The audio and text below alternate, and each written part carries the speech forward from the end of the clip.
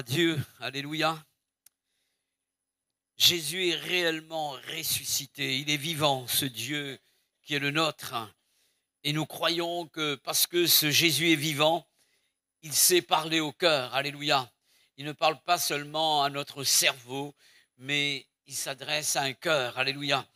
Parce que Dieu possède un cœur. La Bible nous parle du cœur de Dieu. La Bible parle également de l'amour de Dieu. Et s'il n'y a pas de cœur, il n'y a pas d'amour non plus. Et il est important de réaliser combien ce Dieu-là, il est vivant, il est au milieu de nous et il va encore se manifester. Lorsque Dieu a quelque chose à nous donner, il nous le dit par sa parole. Et si nous voulons recevoir de lui, il n'est pas question de tendre nos mains physiques, mais les mains de la foi. La foi nous permet de saisir les bénédictions qui sont consignées dans la parole qu'est la Bible. Voilà pourquoi nous aimons ouvrir ce livre-là, et je suppose que vous l'avez dans votre main, et j'aimerais voir le bouquet de Bible qui est là ce matin, alléluia, bien haut, n'ayez pas honte de lever votre Bible, alléluia, vos smartphones également, voilà, donc certains n'osent pas, ils se disent, on va cacher cela, donc il y a quand même la Bible là-dessus, que Dieu nous bénisse ce matin à la lecture de sa parole. Nous voulons la recevoir avec douceur, alléluia. J'aimerais encore réitérer mes salutations à ceux qui sont des personnes nouvelles au milieu de nous, que Dieu vous bénisse, chers amis. Et s'il y avait des chrétiens qui nous visitaient, nous voulons vous accueillir également fraternellement, si vous venez d'ailleurs. Et on salue les personnes qui sont avec nous sur les réseaux sociaux. Que Dieu vous bénisse. On va sans plus tarder ouvrir la Bible dans l'Ancien Testament, le livre de Deutéronome, chapitre 6. Et on va lire ce simple verset, le verset 4. Je répète donc la référence, Deutéronome, chapitre 6, et le verset 4.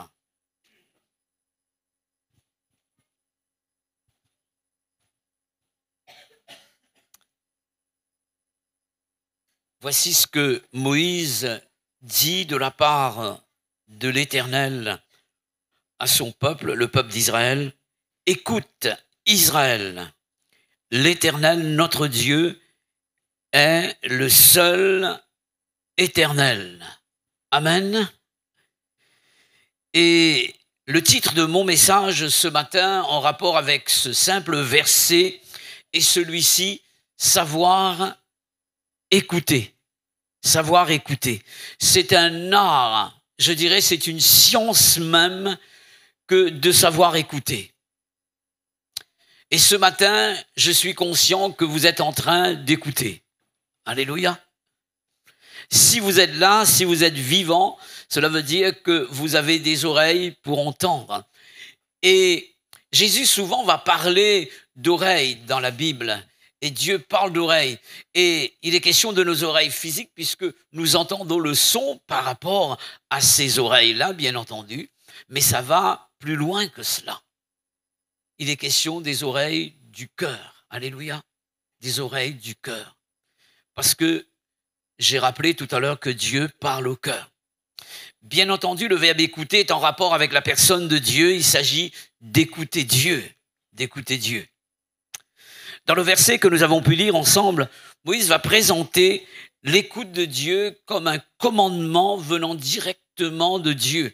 Si nous lisons quelques versets plus haut, Moïse va parler de commandement. Et l'écoute de Dieu, c'est un commandement qui vient de Dieu lui-même. Et j'ai besoin de prêter attention à la parole de Dieu. Et pour quelle raison doit-on écouter Dieu ?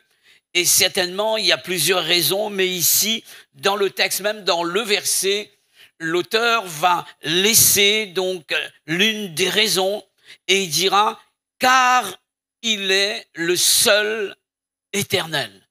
Il est le seul éternel. D'autres traductions sont possibles, mes frères et sœurs et chers amis. L'Éternel, notre Dieu, l'Éternel est un ou bien unique. Une autre traduction, l'Éternel est notre Dieu, l'Éternel seul. nous n'avons pas d'autre Dieu que lui. Alléluia. Il est question de cela ici, ou encore l'Éternel, notre Dieu, est l'unique, dans le sens qu'il est différent, mais aussi il est le seul vrai Dieu. Alléluia, le seul vrai Dieu. De sorte que si on nous présente un Dieu qui n'est pas l'Éternel, ce n'est pas le vrai Dieu. Ce n'est pas le vrai Dieu. Mieux encore, Moïse dit que ce n'est pas notre Dieu à nous. Ce n'est pas notre Dieu à nous. Ça peut être le Dieu d'un autre. Si c'est pas l'Éternel, c'est pas notre Dieu à nous. Car Moïse est en train de dire, nous avons rencontré le vrai Dieu. Alléluia. Et c'est avec raison que l'apôtre Paul dira ceci, autrefois, lorsque nous ne connaissions pas Jésus, et il va parler de Jésus, nous étions entraînés vers les idoles muettes. Il est question de faux dieux. Et là, maintenant, le fait d'avoir connu Jésus, nous avons rencontré le vrai Dieu. Et ce Dieu-là, puisque l'apôtre Paul va parler des dons spirituels lorsqu'il fait mention justement de ce que nous étions autrefois et des dieux devant lesquels nous nous sommes prosternés qui étaient des faux dieux, il disait que ces faux dieux-là ne parlent pas, tandis que Dieu, le Dieu, notre Dieu à nous, c'est un Dieu qui parle et qui demande une écoute à sa parole. Alléluia. Et par voie de conséquence, je dirais que nous ne devons pas écouter d'autres dieux qui n'est pas Dieu, qui ne sont pas Dieu. En revanche, dans Matthieu chapitre 17, sur la montagne qu'on a appelée la montagne de transfiguration, l'Écriture nous dit qu'une voix ce jour-là fit entendre de la nuée ces paroles. Et cette voix était celle de Dieu. Et qu'est-ce que disait cette voix? Et la voix présentait une autre personne. Dieu le Père parle et il présente une autre personne. Celui-ci est mon fils bien-aimé en qui j'ai mis toute mon affection, et il dira, écoutez-le. Amen. Dieu le Père dit, écoutez Jésus. Et qu'est-ce qu'il est en train de dire, étant donné que par la bouche de Moïse, il dira, il n'y a qu'un seul Dieu, c'est l'Éternel, écoutez-le. Et là, il dit, écoutez Jésus. Il est en train de dire que si vous écoutez Jésus, vous m'écoutez en tant que Dieu. Alléluia. Écoutez Jésus, c'est écouter Dieu. Alléluia. Parce que, mes frères et sœurs et chers amis, Jésus est le Dieu béni éternellement. Et c'est avec raison que l'apôtre Paul, parlant de Jésus, dira ceci, en lui habite corporellement toute la plénitude de la divinité. Alléluia. Et ce matin, au milieu de nous, il y a quelqu'un qui est présent. C'est Jésus et c'est lui qui parle par le biais de sa parole et nous devons prêter attention à cette parole. Le temps me manquerait pour vous présenter les textes bibliques qui attribuent le nom de l'Éternel aussi bien qu'à Dieu le Père qu'à Jésus. Et cependant, je vous laisserai un seul verset. Il y a plusieurs versets dans le livre du prophète Osée, chapitre 1er, verset 7, et la première partie du verset 7. C'est l'Éternel qui parle à Osée et il lui dit, j'aurai pitié de la maison de Juda, je les sauverai par l'Éternel, leur Dieu. Il présente un autre Éternel. Et qui est le sauveur, mes frères et sœurs? Par qui Dieu sauve? Par Jésus. Et il dit qu'il est l'Éternel. Alléluia. Il est l'Éternel. Juste ce verset me suffit pour dire que je dois écouter Jésus. Je dois écouter Dieu. Pour rester fidèle à mon thème, puisque je ne voudrais pas développer donc la divinité de Christ, ce n'est pas mon propos ce matin. J'aimerais rester dans le thème et revenir au verbe écouter. Et c'est sur ce verbe-là que je vais fonder ma prédication. D'après la Bible, j'aimerais présenter deux définitions ou bien deux significations du verbe écouter. La première définition consiste à entendre la voix de Dieu ou sa parole. Et je dois entendre la voix de Dieu. Alléluia. Il est question d'entendre sa voix. Et la deuxième définition, c'est d'obéir à cette voix. Si j'entends la parole de Dieu, le but de Dieu lorsqu'il parle, c'est que j'obéisse à la parole de Dieu. Et souvent, le verbe écouter est en rapport avec la parole que j'entends parce que j'ai entendu Dieu parler. Et aussi, lorsqu'il est dit que mon peuple ne m'écoute pas, ce n'est pas que le peuple n'a pas entendu la voix de Dieu. Si. Mais le peuple n'a pas tenu compte de cette parole. Le peuple n'a pas obéi à la parole de Dieu. Et la Bible dit, si seulement mon peuple m'écoutait. Voulait, après avoir entendu ma voix, mettre en pratique ce qu'il a reçu. En un instant, je confondrai son ennemi. Alléluia. Et Dieu s'engage personnellement par sa puissance, je dirais même un déploiement de sa puissance lorsque nous écoutons sa parole. Alléluia. Lorsque nous mettons en pratique sa parole. Nous allons considérer ensemble l'importance de l'écoute d'après la Bible.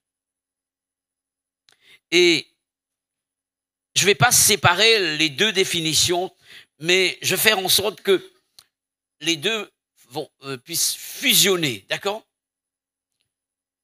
Nous allons considérer ensemble l'importance de l'écoute de la Bible, puisque cette Bible est la parole de Dieu. Premièrement, l'écoute dans la Bible est souvent placée avant le verbe parler. Vous avez remarqué? Je vais vous laisser quelques exemples. On va lire ensemble dans l'épître de Jacques, chapitre 1er, verset 19.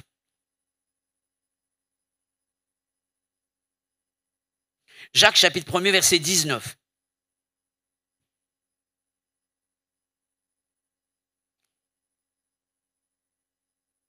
Ainsi, mes frères bien-aimés, que tout homme soit prompt à écouter. Le verbe écouter est placé en premier. Vous êtes d'accord avec cela? Lent à parler et lent à se mettre en colère. Il s'agit ici d'être prêt à écouter. L'expression prompt à écouter, être prêt à écouter. Il est question d'une disponibilité du cœur. Je viens vers Dieu et je suis prêt à l'écouter. Non seulement entendre sa voix, mais les deux sont fusionnés, les deux définitions, d'accord? Je suis prêt à entendre sa voix. Mon cœur est disposé, est disponible, et aussi ce cœur est prêt à se soumettre à ce que Dieu doit me dire. Alléluia. Il est question de cela ici. D'être prêt à écouter et ensuite ne pas se hâter à parler. Est-ce que c'est ce que nous vivons dans notre quotidien? Ou bien plutôt l'inverse? Écoutez Dieu. Voyez que l'écoute est placée avant la parole ici, avant la parole. Et il est important que nous puissions, vous et moi, prendre le temps d'écouter Dieu avant de parler. Parfois, nous sommes prompts à parler. Et la question est celle-ci, est-ce que nous parlons selon Dieu? Est-ce que nous parlons de la part de Dieu? Nous aurons l'occasion, tout le long de la prédication, de développer cette pensée ici. J'aimerais vous laisser d'autres exemples, par exemple dans Jérémie 23, verset 18. Voici ce que Dieu dira, qui a assisté au conseil de l'Éternel pour voir, pour écouter sa parole. Et on comprend bien ici que je ne peux pas entendre la voix de Dieu si je ne viens pas à son conseil. Et dans d'autres, le conseil de Dieu, c'est le conseil secret de Dieu. Il y a des secrets qu'on appelle des secrets d'État, d'accord? Il y a des secrets qu'on appelle, en ce qui concerne l'Église, des secrets ecclésiastiques, d'accord? Et il y a des choses qui ne concernent pas notre voisinage. Ou bien même un membre de notre famille qui serait notre oncle, notre cousin. Et ça concerne que le cocon familial, d'accord? Et on peut parler d'un conseil de famille. Des choses qu'on a décidées, qu'on a vues, et parce qu'il y a une réunion, il y a une convocation, on a parlé des choses dans la famille. Et ici, les questions ici, et Dieu s'exprime comme un chef de famille. Je réunis les membres de ma famille, et si ces membres répondent à mon invitation, donc, et viennent à mon conseil secret. J'ai des choses secrètes, des choses intimes, des choses personnelles qui viennent de mon cœur pour communiquer à ces personnes-là. Il est question du peuple de Dieu. Et il est dit, qui donc a assisté au conseil, entre parenthèses, secret de l'Éternel, pour voir, pour écouter sa parole? Qui a prêté l'oreille à sa parole? Qui l'a entendu? Voyez qu'il y a une disposition pour entendre la voix de Dieu. Prêtez l'oreille. Et je lis la suite. Jérémie 23, versets 21 à 22.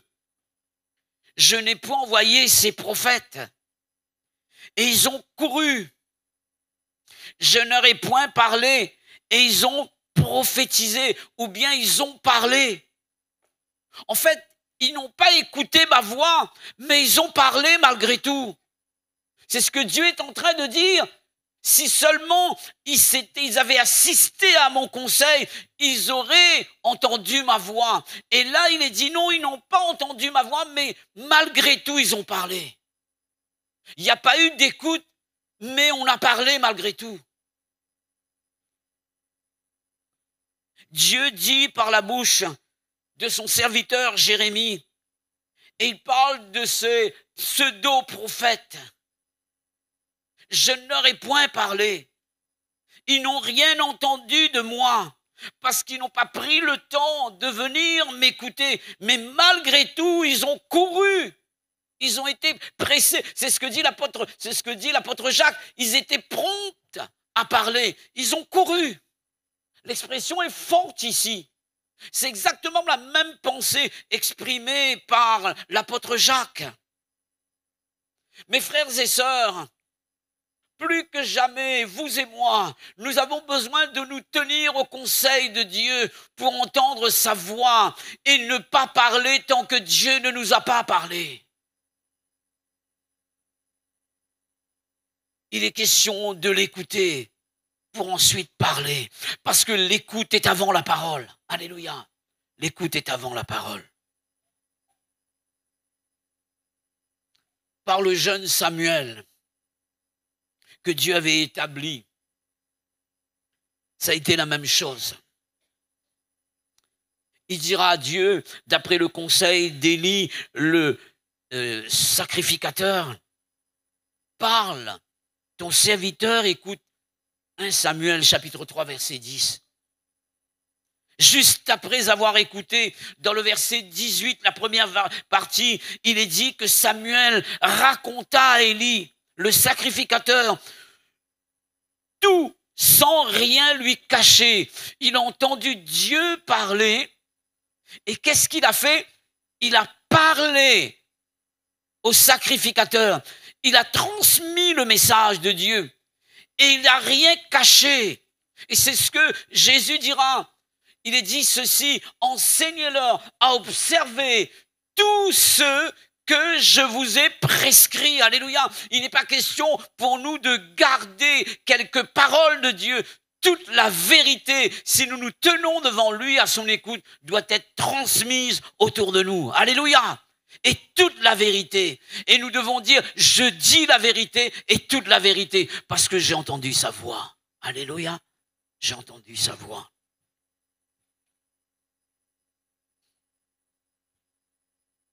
Nous voyons encore une fois que l'écoute est placée avant la parole. Alléluia, avant la parole. Voyez l'importance de l'écoute, mes frères et sœurs.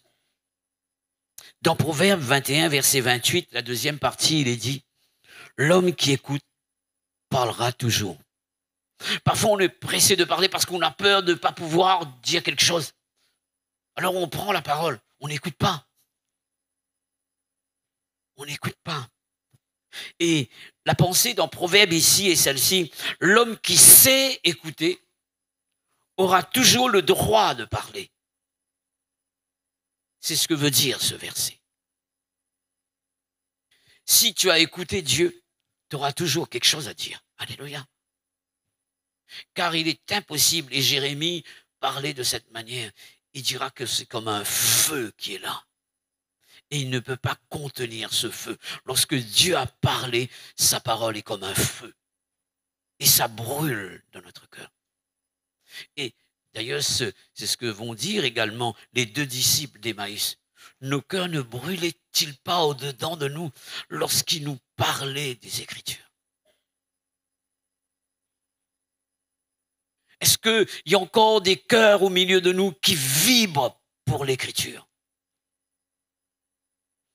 Est-ce qu'il y a encore des cœurs qui vibrent pour la Bible, pardon? Est-ce que nous avons soif d'entendre Dieu? Est-ce que nous prenons le temps d'écouter Dieu? Et combien de temps prenons-nous pour la Bible? Combien de temps consacrons-nous à ce livre-là par jour, comparé aux autres choses, comparé à tous les écrits sur les réseaux sociaux, ou bien les messages? Combien de temps passons-nous dans ce livre pour entendre la voix de Dieu?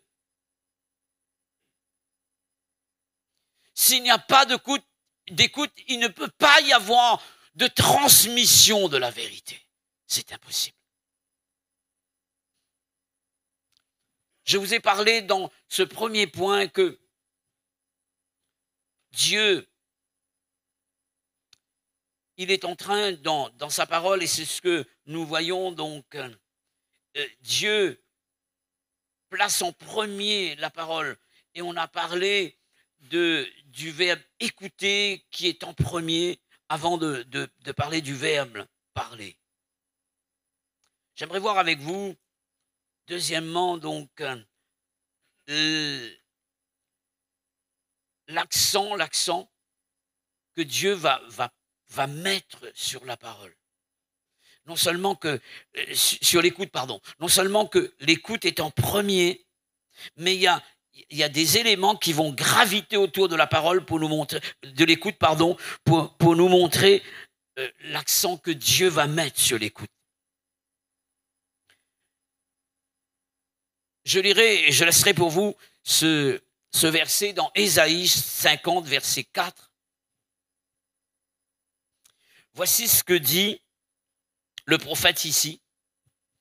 Le Seigneur, l'Éternel, m'a donné une langue exercée pour que je sache soutenir par la parole celui qui est abattu. Il éveille chaque matin mon oreille pour que j'écoute comme écoute des disciples. Amen. Le texte nous parle ici d'une langue, d'accord? Il n'y en a pas deux, d'accord? Le Seigneur m'a donné une langue exercée. Il ne va pas dire deux langues. Heureusement que le Seigneur nous a donné une seule langue, sinon combien de dégâts on aurait fait si on avait deux langues ou trois langues. Déjà une langue, des fois, ça y va, hein? Et c'est le prophète Jérémie dira qu'on peut tuer avec la langue, vous savez? On peut relever quelqu'un, on peut sauver, mais on peut tuer également. C'est pourquoi la parole est comparée à l'épée de l'esprit. Il est question, donc, l'épée de l'esprit, on parle du revers également, d'accord? On parle du revers. Si on ne sait pas, donc, écoutez, on ne pourra pas utiliser l'épée de l'esprit. On va blesser des personnes. Et combien de personnes ont été, excusez-moi, fusillées par des versets bibliques parce qu'on n'a pas su utiliser à bon escient l'épée de l'esprit. Il est important. Il est important. Et ici, donc, Jérémie va parler d'une langue, d'accord? Et Ésaïe, pardon. Il va parler d'une langue. La Bible nous parle d'une langue et non pas de deux langues. Et nous ne pouvons pas dire le contraire. Et la langue ici doit être exercée. Et dans une autre version, il est dit, à la place d'une langue exercée, une langue de disciple attentif ou une langue disciplinée ou bien une langue domptée. C'est exactement ce que Jacques dira, savoir dompter sa langue, la maîtriser. Notre bouche, mes frères et sœurs, a besoin d'être disciplinée, domptée par le Seigneur. Et c'est lui qui est capable de dompter la langue. Alléluia. De dompter la langue. Et Isaïe dira, sa langue a été exercée. Et Dieu a travaillé sa langue comme cela. J'aime bien cette expression, que ma langue soit comme la plume d'un habile écrivain. Les questions de l'inspiration de la langue ici. Alléluia.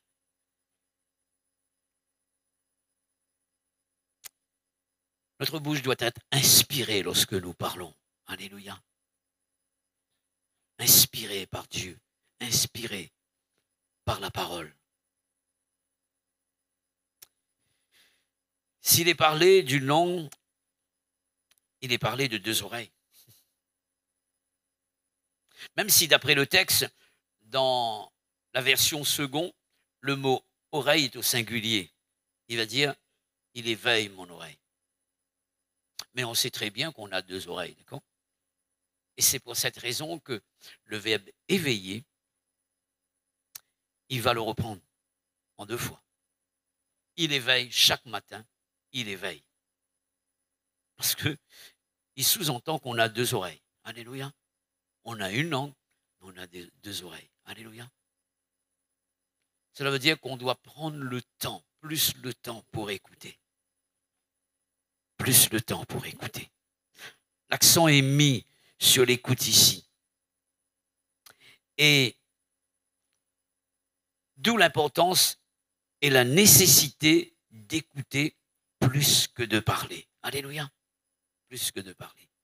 Le verbe éveiller, d'après le verset ici, a le sens de tendre l'oreille. Et cela a été dit tout à l'heure, tendre l'oreille. Et quand est-ce que je dois tendre l'oreille? Chaque matin. Ou bien chaque jour. Chaque jour. C'est pourquoi Jésus dira, donne-moi. C'est vrai qu'il va parler du pain pour la nourriture de l'âme, mais il dira dans Matthieu 4,4 que l'homme ne vivra pas de pain seul. La nourriture du corps, lorsqu'il dira, donne-moi mon pain quotidien, donne-moi chaque jour, donne-nous chaque jour notre pain quotidien. Chaque jour, ça veut dire quoi, mes frères et sœurs? Le mot quotidien ou chaque jour, c'est la même chose. Donc, Jésus fait un pléonasme ici. Donne-moi chaque jour mon pain de chaque jour.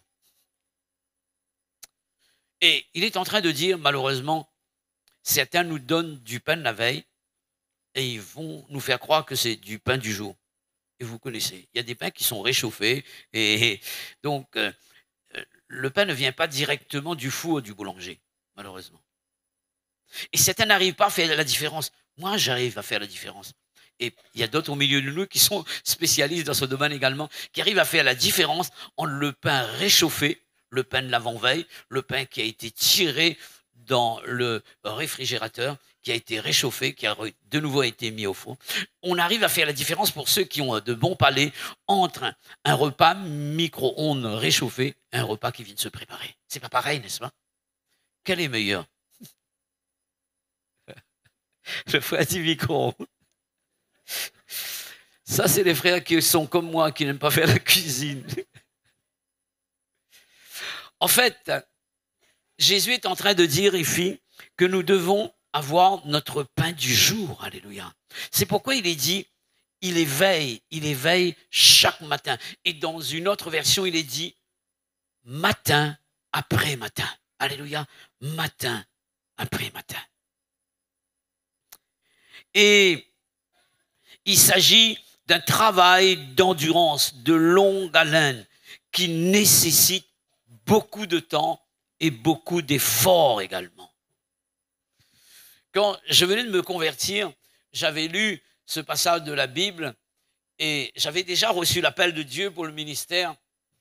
Et il dira, ouvre ta bouche, je la remplirai. Je dis, mais c'est extraordinaire. On ne fait que prier et on n'a pas beaucoup de temps à passer dans la Bible. On arrive devant l'église, on ouvre sa bouche et le Seigneur remplit cette bouche. Est-ce que c'est comme ça, Jean-François? Est-ce que c'est comme ça, Jean-Marc, quand tu prêches c'est comme ça? En fait, on prend le temps pour ce livre-là. Alléluia. On prend du temps. Matin après matin. Persévérance dans la lecture de la Bible, dans l'écoute de la Bible. Alléluia. D'après la version seconde, le disciple doit écouter non pas comme un disciple, mais comme des disciples. J'ai la version le second ici.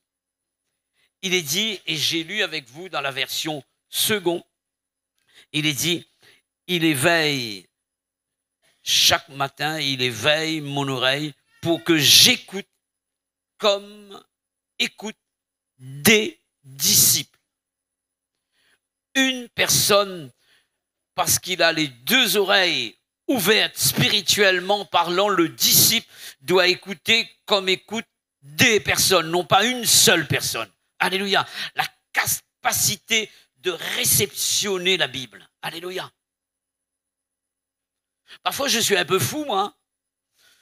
Fou pour le Seigneur, dans le sens que on nous a dit, logiquement, pour la capacité de réception au niveau d'un enseignement qu'on apporte, il faut il faut à peu près 20-30 minutes à peu près d'écoute ou bien une demi-heure ou pas plus que cela. C'est ce qu'on dit. Hein. Mais moi, je crois quand il s'agit de la parole de Dieu, on peut aller au-delà de quelques minutes. Les personnes qui ont écouté Jésus, et la Bible dit qu'ils sont restés 3 jours à l'écoute de la parole du Seigneur dans le désert. Et ils recevaient, ils buvaient, ils mangeaient. Moi, je me pose la question, quand il s'agit d'enseignement, on se dit, mais il faut très peu de temps pour réceptionner la parole de Dieu, plus ça entre plus. Mais comment ça se fait qu'on passe du temps à parler avec des gens et ça marche, hein. Moi, je me pose la question, vous comprenez? Comment ça? Et combien de temps prenons-nous pour écouter la parole de Dieu? Sommes-nous des vrais disciples? Et il est question d'écouter, d'écouter et d'écouter toujours. J'aimerais vous présenter donc un autre point ici. On va noter quelques inconvénients que connaîtront ceux qui ne prennent pas le temps d'écouter Dieu. L'apôtre Jacques nous présente un des inconvénients de ne pas savoir écouter Dieu. Et cet inconvénient touche à notre caractère. À notre caractère. Et je reprends que tout homme soit prompt à écouter, lent à parler et lent à se mettre en colère. Il aurait pu s'arrêter à là, non? Il aurait dit, donc tout homme soit prompt à écouter et lent à parler. Pourquoi il rajoute ça? Ça nous gêne un petit peu. On aurait voulu effacer cela, hein? Gommer cette partie. Jacques, tu t'es trompé là. Pourquoi ajouter cela? C'était suffisant. Tu as parlé de l'écoute et parlé, donc c'est bon. Pourquoi tu parles de la colère? En fait, il présente ici un des inconvénients de la personne qui ne sait pas écouter Dieu. Et quand on ne sait pas écouter Dieu, on sera plus facilement irritable et on va souvent monter au créneau, comme on dit. La parole de Dieu transforme notre caractère. Oui ou non? Quelqu'un dira, mais c'est mon caractère. Oui, mais ce n'est pas le caractère de Christ. Et Dieu change notre caractère. Oui ou non? Il n'y a que ces personnes ici qui disent ça. Et vous, non, ça ne change pas votre caractère. Dieu change notre caractère. Dis à ton mari que Dieu change ton caractère. Dis à ta femme que Dieu change ton caractère. Et il doit le faire. On ne croit plus au changement. Et on se dit, on est né comme ça, on a été fait comme ça. Non. La Bible dit qu'on a été refait en Jésus-Christ. Alléluia. Dieu nous a refait, il nous a reformés avec la nature de Christ. Alléluia. Et lorsque nous lisons cette parole nous transforme avec l'esprit de gloire en gloire, comme par le Seigneur l'Esprit. Alléluia. Il met en nous le caractère de Christ. Et il est capable de nous faire éviter l'irritation, la colère. Il y a de ceux qui se reconnaissent ici, moi en premier. Hein. Il y a des personnes colériques au milieu de nous, il y a des personnes qui sont irritables. Non, vous êtes... ça va? En tout cas, on a besoin de changement. Je me mets avec vous, on a besoin de changement. Et la parole nous transforme. Alléluia. La parole nous transforme. Le prophète Jérémie va lui présenter un inconvénient en rapport avec la doctrine cette fois-ci. Le fait de ne pas avoir pris le temps d'écouter la parole de Dieu. Et Jacques va parler du caractère de la personne. Et là, Jérémie va aller plus loin, il va parler de la doctrine. Il va parler de la doctrine. Et là, c'est plus grave, hein, c'est plus grave. Jérémie 23, versets 31 à 32. J'ai presque terminé. Jérémie 23, versets 31 à 32. Voici ce qui est dit ici. Voici, dit l'Éternel, j'en veux aux prophètes qui prennent leur propre parole et la donnent pour ma parole. Voici, dit l'Éternel, j'en veux à ceux qui prophétisent des songes faux, qui les racontent et qui égarent mon peuple par leurs mensonges et par leur témérité. Je ne les ai point parlé, je ne leur ai point donné d'ordre, et ils ne sont d'aucune utilité à ce peuple, dit l'Éternel. Et là, il est question d'inconvénients en rapport avec la doctrine. Des personnes qui n'ont pas entendu la voix de Dieu, qui n'ont pas écouté Dieu. Et ici, les conséquences sont plus graves. Les voici. Ils vont parler de leur propre chef. Ceux ce sont des personnes qui vont confondre leur propre parole à celle de Dieu. Parce que Dieu ne leur a pas parlé et ils vont parler à la place de Dieu. Au lieu de faire entendre la parole de Dieu, ils vont faire entendre leur propre parole. Et il y a beaucoup comme cela. Il y a beaucoup de prophètes dans ce monde qui sont comme cela. Et deuxième conséquence, quoi de plus normal que la personne qui n'a pas entendu Dieu va raconter des mensonges? C'est ce qui est écrit ici. Étant donné que la parole de Dieu, c'est la vérité. Et si on n'a pas entendu la vérité, qu'est-ce qu'on va raconter? Des mensonges. C'est ce que la Bible dit ici. Et c'est ce qu'on voit souvent chez ces prophètes, entre guillemets. Et quoi de plus normal aussi qui vont égarer le peuple? Parce que ce n'est pas la vérité. Vous connaîtrez la vérité et la vérité vous affranchira. Alléluia. Et pour connaître, il faut recevoir. Et pour recevoir, il faut écouter. Alléluia. Ma conclusion sera celle-ci. Je vais terminer en beauté. Vous laissez deux avantages de l'écoute de Dieu. La liste n'est pas exhaustive. Je me servirai du prophète Ésaïe par rapport au texte que j'avais choisi. Ésaïe 50, verset 4. Celui qui sait écouter, il reçoit de Dieu et il a la capacité de soutenir par la parole celui qui est abattu. Amen. C'est ce que la Bible dit. On soutient la personne abattue. On ne va pas l'assommer davantage. Et la Bible, parlant de Jésus, étant la parole faite chair, dira, il ne brise pas le roseau cassé. Il n'éteint pas le limunion qui fume, mais il relève. Du fumier, il relève l'indigent. Alléluia. Jérémie 23, verset 22. Celui qui prend le temps d'écouter Dieu fait entendre la parole de Dieu. Et dans le verset 22, voici ce qui est écrit, si on peut le projeter, ce verset. Et il va faire entendre la parole de Dieu. Et il va amener les âmes à la conversion. Amen. Il va amener les âmes à la conversion. Et il permet que les personnes reviennent de leur mauvaise voie et s'attachent à Dieu et de leurs mauvaises actions également. Il est question de la conversion ici. Alléluia. Il est question de la conversion.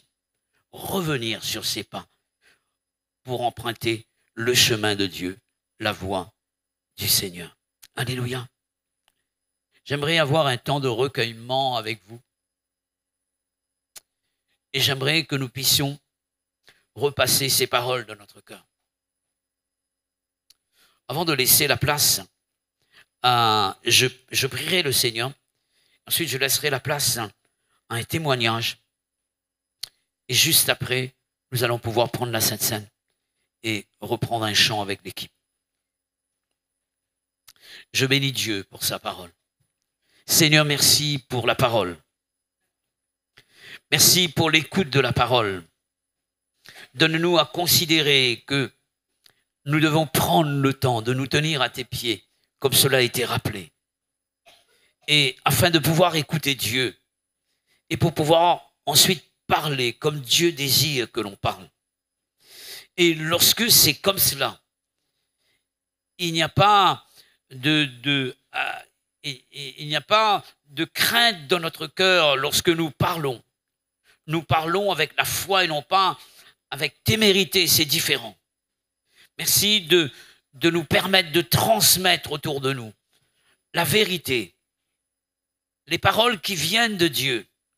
Donne-nous à pouvoir, par les paroles, parce que nous les avons reçues, à pouvoir relever la personne qui est abattue, apporter remède, des solutions aux problèmes. Seigneur, donne-nous à amener les gens à un retour vers Dieu par rapport à la vérité de ta parole. Seigneur, nous voulons être ces hommes et ces femmes d'écoute. Travaille nos cœurs et donne-nous cette sensibilité spirituelle pour entendre la voix de Dieu. Telle est notre prière dans le nom de Jésus.